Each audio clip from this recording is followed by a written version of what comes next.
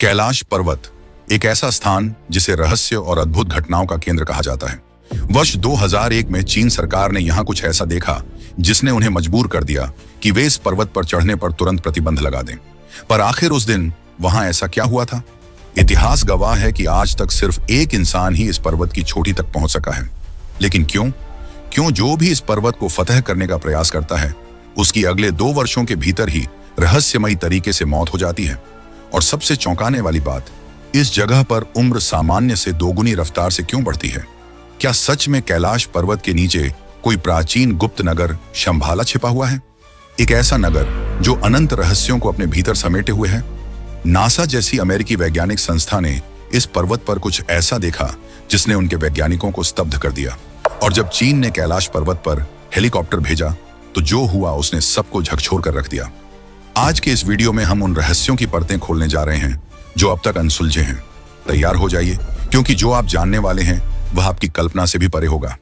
1962 में भारत और चीन के बीच हुआ सीमा विवाद धीरे धीरे एक भयंकर युद्ध में तब्दील हो गया, जिसमें भारत को भारी क्षति उठानी पड़ी। इस युद्ध का परिणाम यह हुआ कि चीन ने लगभग 72,000 वर्ग मील भारतीय भूमि पर कब्जा जमा लिया और इसी के साथ कैलाश पर्वत का क्षेत्र भी चीन के नियंत्रण में चला गया। जब देश इस हार के सदमे में डूबा था, तब संसद में देहरादून के सांसद महावीर त्यागी ने तत्कालीन प्रधानमंत्री जवाहरलाल नेहरू से ऐसा सवाल पूछा जो आज भी इतिहास के पन्नों में दर्ज है। उन्होंने बेझिझक और सीधे शब्दों में नेहरू से पूछा, आपकी आंखों के सामने चीन हमारी 72,000 वर्ग मील जमीन हड़प चुका है, तो बताइए इसे वापस कब लाया जाएगा? नेहरू का जवाब चौंकाने वाला था। उन्होंने ठंडी आवाज में कहा, जो चला गया वह चला गया। वैसे भी वह जमीन बंजर थी, वहां घास तक नहीं उगती। पर यह जवाब महावीर त्यागी को रास नहीं आया। वे क्रोधित हो उठे और अपना गंजा सिर नेहरू की ओर करके बोले, यहां भी कुछ नहीं उगता तो क्या इसे भी हटा दिया जाए? संसद में गूंजते इस सवाल ने हर किसी को सोचने पर मजबूर कर दिया। उस समय भी चर्चाएं थीं कि कम से कम कैलाश मानसरोवर के क्षेत्र को भारत को वापस लेने के लिए प्रयास करने चाहिए। पर दुर्भाग्यवश 1950 में सरदार वल्लभ भाई पटेल का निधन हो गया और नेहरू पर इस मुद्दे को लेकर दबाव डालने वाला कोई नहीं बचा। दुनिया की सबसे ऊंची चोटी माउंट एवरेस्ट, जिस पर आज तक 7,000 से भी अधिक पर्वतारोही चढ़ चुके हैं, उससे करीब 2,200 मीटर कम ऊंचाई वाले कैलाश पर्वत पर आज तक सिर्फ एक इंसान को छोड़कर कोई नहीं चढ़ पाया। पौराणिक कथाओं के अनुसार कैलाश पर्वत के निकट स्वर्गीय धन के स्वामी कुबेर की दिव्य नगरी स्थित है। ऐसी मान्यता है कि जो भी अपने जीवन काल में सत्कर्म और पुण्य कार्य करता है, उसकी आत्मा को मृत्यु के पश्चात कैलाश पर्वत पर स्थान प्राप्त होता है। शायद यही कारण है कि यह पर्वत दुनिया के सबसे अद्भुत और पवित्र स्थलों में से एक माना जाता है। समुद्र तल से 6,718 मीटर ऊंचा यह पर्वत केवल एक भौगोलिक संरचना नहीं, बल्कि अध्यात्म, रहस्य और आस्था का संगम है। यह हिंदू, बौद्ध और जैन धर्म के अनुयायियों के लिए परम पूजनीय स्थल है। हिंदू धर्म में इसे भगवान शिव का दिव्य धाम माना जाता है, जहां वे अपनी अर्धांगिनी माता पार्वती के साथ निवास करते हैं। बौद्ध धर्म के अनुयायियों के अनुसार यह पर्वत परम आनंद के प्रतीक बुद्ध डेमचौक का निवास स्थान है। जैन धर्म में इसे अष्टापद कहा जाता है, जहां प्रथम तीर्थंकर ऋषभदेव ने निर्वाण प्राप्त किया था। कैलाश पर्वत को केवल एक साधारण पर्वत कहना इसकी महिमा को कम करना होगा। यह आध्यात्मिक शक्ति, रहस्यमय घटनाओं और अद्भुत आस्था का प्रतीक है। चलिए इस रहस्यमयी यात्रा में और आगे बढ़ते हैं। साल था 1999, जब रूस के प्रसिद्ध शोधकर्ता एर्नेस्ट मुल्दाशिफ और उनकी टीम ने कैलाश पर्वत के अनसुलझे रहस्यों को जानने के लिए एक साहसिक कदम उठाया। इस टीम में भूविज्ञान, भौतिकी और इतिहास के विशेषज्ञ शामिल थे। वे महीनों तक कैलाश पर्वत के आसपास रहे, तिब्बती लामाओं से गूढ़ ज्ञान अर्जित किया और इस स्थान की गहराइयों को समझने का प्रयास किया। मुल्दाशिफ ने अपनी इस रहस्यमयी यात्रा का विस्तार से वर्णन अपनी पुस्तक where do we come from में किया, जिसमें उन्होंने कैलाश पर्वत के बारे में कुछ चौंकाने वाले खुलासे किए। उनकी टीम इस निष्कर्ष पर पहुंची कि कैलाश पर्वत वास्तव में एक विशाल मानव निर्मित पिरामिड है, जिसे प्राचीन काल में किसी अलौकिक शक्ति द्वारा बनाया गया था। उन्होंने यह भी दावा किया कि यह मुख्य पिरामिड छोटे छोटे पिरामिडों से घिरा हुआ है, जो इसे एक गूढ़ ऊर्जा केंद्र बनाता है।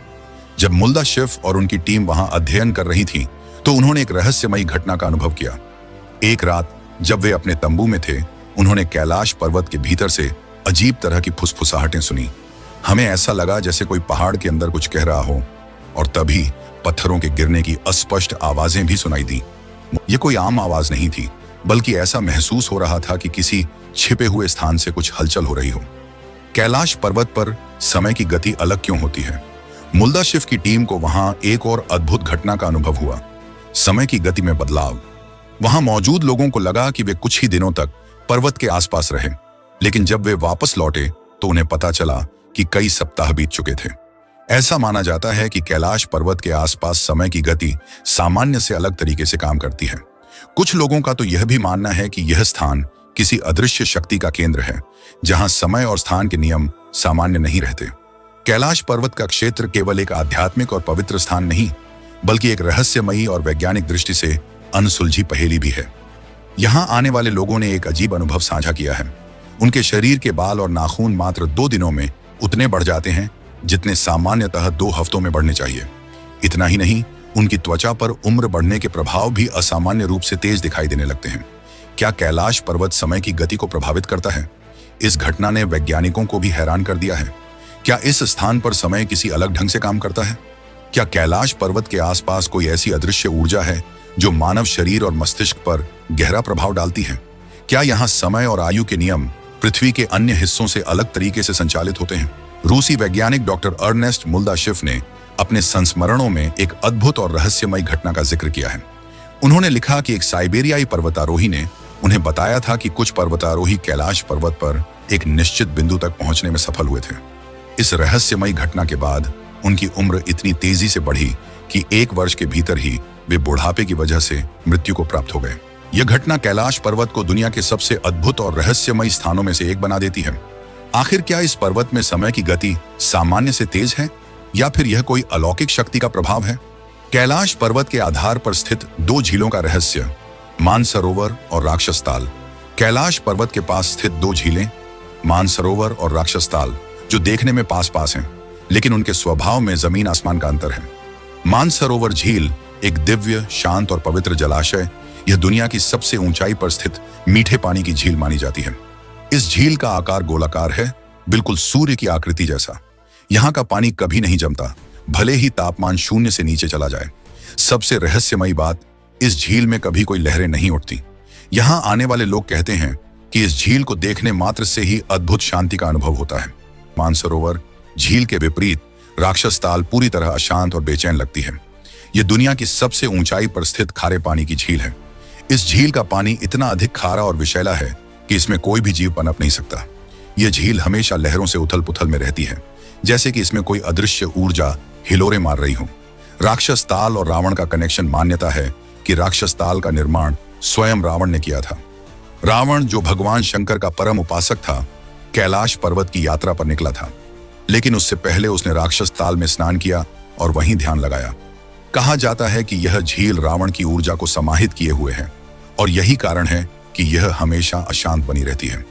पौराणिक कथाओं के अनुसार जब रावण ने राक्षस ताल में डुबकी लगाई, उसी क्षण इस झील पर आसुरी शक्तियों का प्रभाव बढ़ गया। यह झील नकारात्मक ऊर्जा से भर गई और धीरे धीरे इसका स्वरूप पूरी तरह बदलने लगा। कहा जाता है कि इस जल में स्नान करने के बाद रावण की सोच भी बदल गई और उसमें अहंकार, क्रोध और नकारात्मकता बढ़ने लगी। अब सोचने वाली बात यह है कि एक ही भौगोलिक क्षेत्र में होते हुए भी मानसरोवर और राक्षस ताल इतनी अलग क्यों हैं? एक शांति और सकारात्मकता का प्रतीक, तो दूसरी अशांति और बेचैनी का स्रोत। क्या यह केवल प्राकृतिक कारणों से हुआ, या फिर यहाँ कोई अलौकिक शक्ति काम कर रही थी? कैलाश पर्वत के आसपास सुनाई देने वाली रहस्यमयी ध्वनि। क्या आप जानते हैं कि कैलाश पर्वत और मानसरोवर झील के पास एक रहस्यमयी ध्वनि सुनाई देती है? जो भी यात्री इस पवित्र स्थान के करीब पहुंचते हैं, वे महसूस करते हैं कि आसमान में कोई विमान उड़ रहा हो, लेकिन जब वे ध्यान से सुनते हैं तो यह आवाज किसी डमरू की तरह लगती है, या फिर ओम की गूंज जैसी महसूस होती है। वैज्ञानिक इस ध्वनि को प्राकृतिक घटना बताते हैं। उनका कहना है कि शायद यह बर्फ के पिघलने से उत्पन्न होती होगी, लेकिन सवाल यह उठता है कि बर्फ पिघलने की आवाज ठीक वैसी ही क्यों होती है जैसे डमरू या ओम की गूंज? क्या यह केवल एक संयोग है, या फिर यह कैलाश पर्वत की किसी दैवीय शक्ति का संकेत है? कई साधक और यात्री मानते हैं कि यह ध्वनि एक दिव्य संदेश है जो इस स्थान की अलौकिकता को दर्शाता है। कैलाश पर्वत के रहस्य सिर्फ ध्वनियों तक सीमित नहीं है। कई यात्रियों ने दावा किया है कि उन्होंने रात के समय कैलाश पर्वत पर 7 अलग अलग रंगों की रोशनी देखी। यह रोशनी कभी तेज चमकती है तो कभी धीरे धीरे विलीन हो जाती है। ये कोई साधारण घटना नहीं है। नासा के वैज्ञानिकों का मानना है कि यह कैलाश पर्वत के आसपास मौजूद चुंबकीय बल और वायुमंडलीय प्रभाव का परिणाम हो सकता है। क्या आपने कभी हिम मानव या यति की कहानियां सुनी हैं?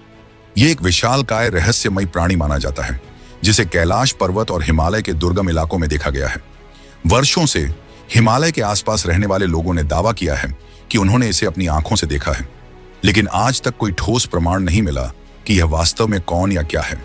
क्या यह एक विशाल जंगली भालू है या फिर यह कोई प्राचीन मानव प्रजाति का अवशेष है जो आज भी इन दुर्गम क्षेत्रों में जीवित है? तिब्बती और नेपाली समुदायों का मानना है कि यति कैलाश पर्वत और उसके आसपास घूमता है। कुछ इसे भूरा भालू कहते हैं तो कुछ इसे जंगली मानव का रूप मानते हैं। यहां तक कि कुछ लोगों का दावा है कि यह बेहद आक्रामक हो सकता है और इंसानों पर हमला भी कर सकता है। यह रहस्य हिमालय और कैलाश पर्वत के रहस्यमयी वातावरण को और भी रोमांचक बना देता है।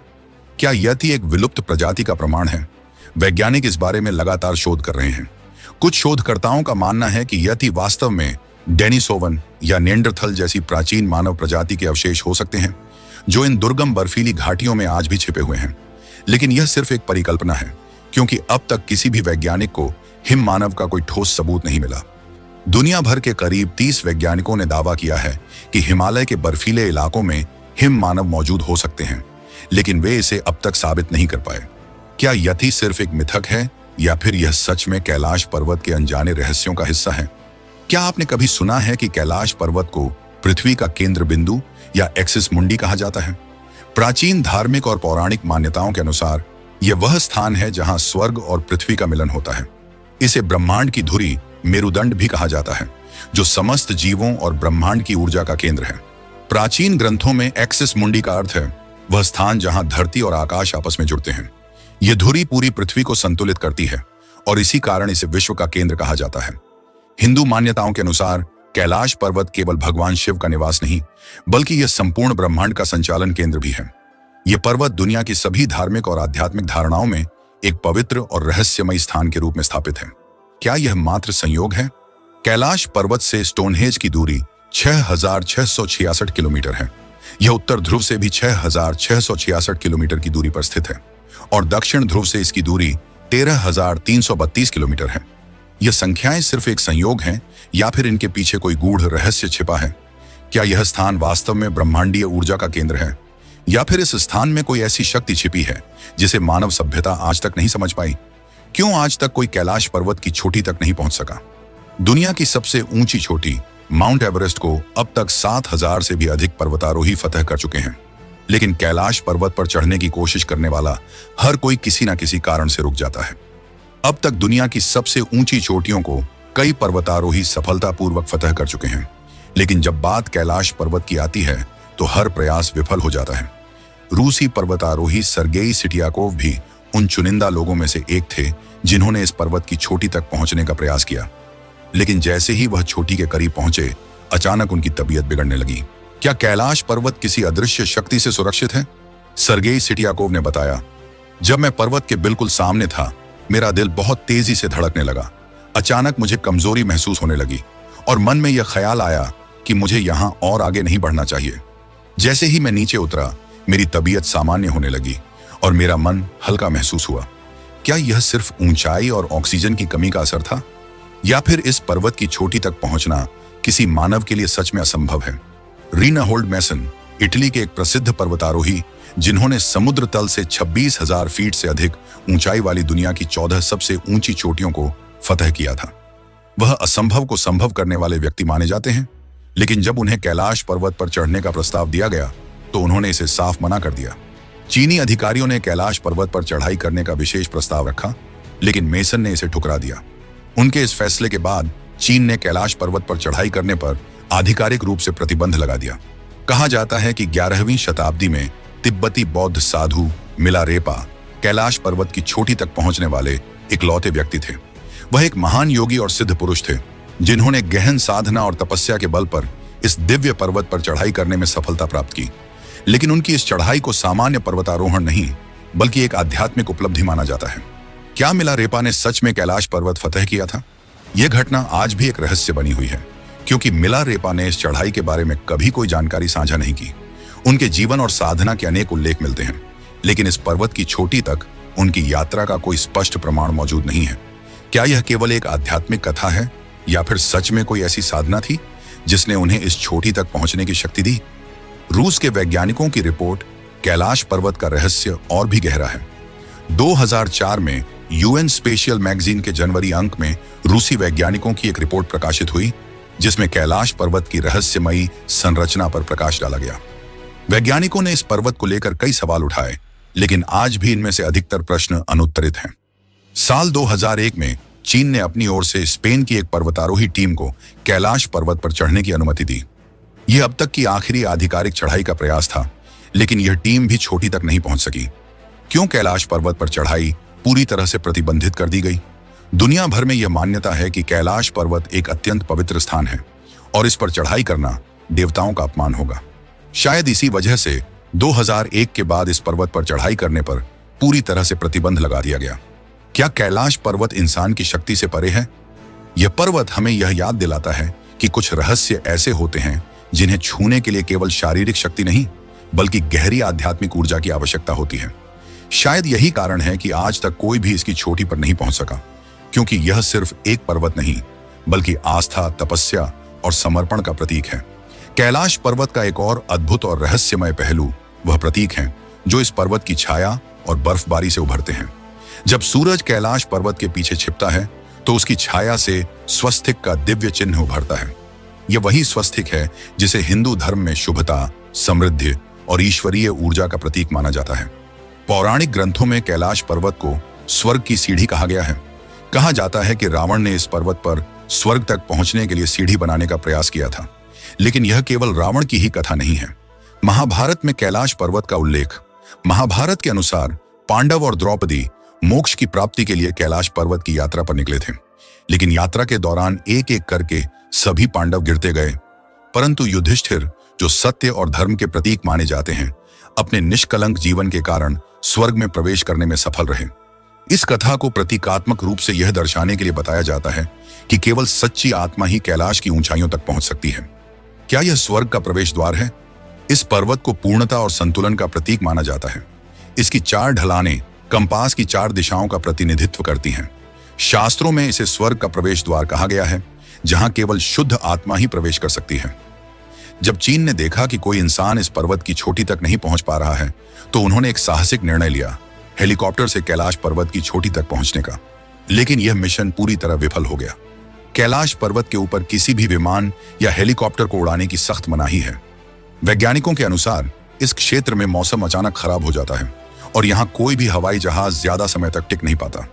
कई रिपोर्ट्स में कहा गया है कि कैलाश पर्वत के ऊपर कोई अदृश्य शक्ति मौजूद है जो किसी भी बाहरी दखल को रोक देती है। कई दिनों की मौसम रिसर्च के बाद चीन ने एक स्पष्ट दिन चुना और अपने हेलीकॉप्टर को कैलाश पर्वत की ओर रवाना किया। शुरुआत में सब कुछ सामान्य लग रहा था। हेलीकॉप्टर में बैठे लोग इस पवित्र पर्वत के अद्भुत दृश्यों का आनंद ले रहे थे। उन्हें लग रहा था कि वे चोटी तक पहुंचने में सफल हो जाएंगे, लेकिन तभी माहौल अचानक बदलने लगा। जैसे ही हेलीकॉप्टर ने थोड़ी और ऊंचाई हासिल की, वातावरण में अजीब बदलाव आने लगे। बादल अचानक पर्वत के चारों ओर घिरने लगे और हिमस्खलन के दृश्य दिखने लगे। सबसे डरावनी बात तब हुई जब आसमान में गहरे काले बादलों ने हेलीकॉप्टर को चारों ओर से घेर लिया। बिजली कड़कने लगी और तेज बर्फबारी शुरू हो गई। हवा का दबाव इतना बढ़ गया कि हेलीकॉप्टर का नियंत्रण मुश्किल हो गया। चीन के वैज्ञानिकों ने बताया कि कैलाश पर्वत की अद्वितीय भौगोलिक स्थिति के कारण चारों दिशाएं आपस में मिल जाती हैं, जिससे वे दिशा भ्रम में फंस गए। हैरान करने वाली बात यह थी कि उनके कंपास ने भी काम करना बंद कर दिया। अब उनके पास कोई दूसरा विकल्प नहीं बचा। उन्होंने तुरंत नीचे लौटने का फैसला किया। दिल की धड़कनें तेज थीं, लेकिन वे किसी तरह सुरक्षित वापस लौटने में सफल रहे। इस घटना ने चीन को यह समझा दिया कि कैलाश पर्वत को जीतना इंसान के बस की बात नहीं है। अब नासा की निगाहें कैलाश पर्वत पर टिक गईं और जो दिखा उसने पूरी दुनिया को चौंका दिया। चीन की नाकामयाब कोशिश के बाद अमेरिकी अंतरिक्ष एजेंसी नासा की उत्सुकता कैलाश पर्वत को लेकर काफी बढ़ गई। 2015 में नासा ने अपने सैटेलाइट को कैलाश पर्वत पर फोकस करके गहन रिसर्च शुरू की। इस रहस्यमयी परछाई को देखकर ऐसा प्रतीत होता था जैसे कोई विशाल आकृति ध्यान की मुद्रा में बैठी हो। यह दृश्य देखकर दुनिया भर के लोग अचंभित रह गए। कई लोगों ने इसे भगवान शिव की दिव्य उपस्थिति से जोड़कर देखा। क्या सच में कैलाश पर्वत पर कोई अदृश्य शक्ति मौजूद है? क्या यह केवल प्रकाश और छाया का खेल था या फिर इस पर्वत का आध्यात्मिक महत्व विज्ञान से भी परे है? कैलाश पर्वत एक अनसुलझी पहेली। यह पर्वत न सिर्फ अपनी आध्यात्मिकता और पवित्रता के लिए प्रसिद्ध है, बल्कि इसके रहस्य भी विज्ञान को चुनौती देते हैं। नासा के सैटेलाइट से कैद हुई रहस्यमयी परछाई आज भी एक अनसुलझी पहेली बनी हुई है। यह घटना कैलाश पर्वत के आध्यात्मिक महत्व को और भी गहरा कर देती है। क्या कैलाश पर्वत के भीतर छिपी है एक रहस्यमयी नगरी शंभाला? डॉक्टर अर्नेस्ट मुल्दाशेव के दावों को और अधिक बल तब मिलता है जब हम प्राचीन रशियन पेंटर निकोलस रोरिक की खोजों पर नजर डालते हैं। उन्होंने अपने शोध में कैलाश पर्वत के आसपास एक जादुई नगरी के अस्तित्व की बात कही थी, जिसका उल्लेख हिंदू और बौद्ध धर्म के ग्रंथों में शंभाला के रूप में किया गया है। शंभाला कहाँ है यह रहस्यमयी नगरी? शंभाला एक संस्कृत शब्द है जिसका अर्थ है शांति का स्थान। विष्णु पुराण के अनुसार यही वह पवित्र स्थान है जहां भगवान विष्णु के अंतिम अवतार कल्कि का जन्म होगा। कहा जाता है कि केवल वे ही इसे देख सकते हैं जिनका मन और हृदय पूर्ण रूप से शुद्ध है। साधु संत और योगी इस नगरी में प्रवेश कर अपनी साधना पूरी करते हैं और इसकी दिव्यता का अनुभव करते हैं। लेकिन शंभाला का रहस्य यहीं खत्म नहीं होता। क्या अमर योद्धा आज भी शंभाला में रहते हैं? क्या हमारे प्राचीन महाकाव्यों में वर्णित अमर योद्धा हनुमान और अश्वत्थामा आज भी इसी नगरी में निवास करते हैं? कई मान्यताओं के अनुसार शंभाला के निवासी साधारण इंसान नहीं, बल्कि दिव्य शक्तियों से युक्त होते हैं। उनके पास असाधारण बुद्धि और उन्नत तकनीक मौजूद है जो हमारे लिए अभी सिर्फ कल्पना मात्र है।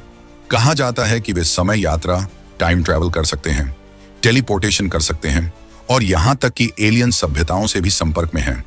उनके लिए कुछ भी असंभव नहीं है, क्योंकि वे समय की सीमाओं से परे रह सकते हैं और भविष्य को देख सकते हैं।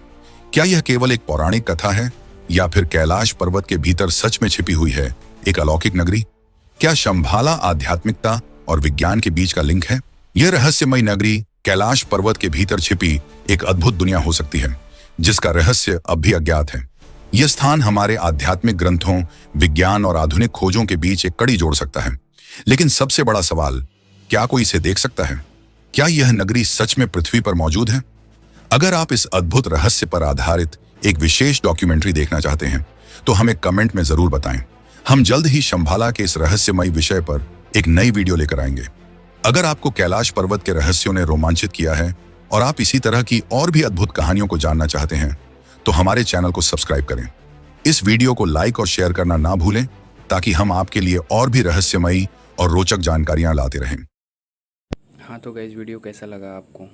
अच्छा लगा तो प्लीज़ चैनल को सब्सक्राइब कीजिए और शेयर कीजिए। Thank you.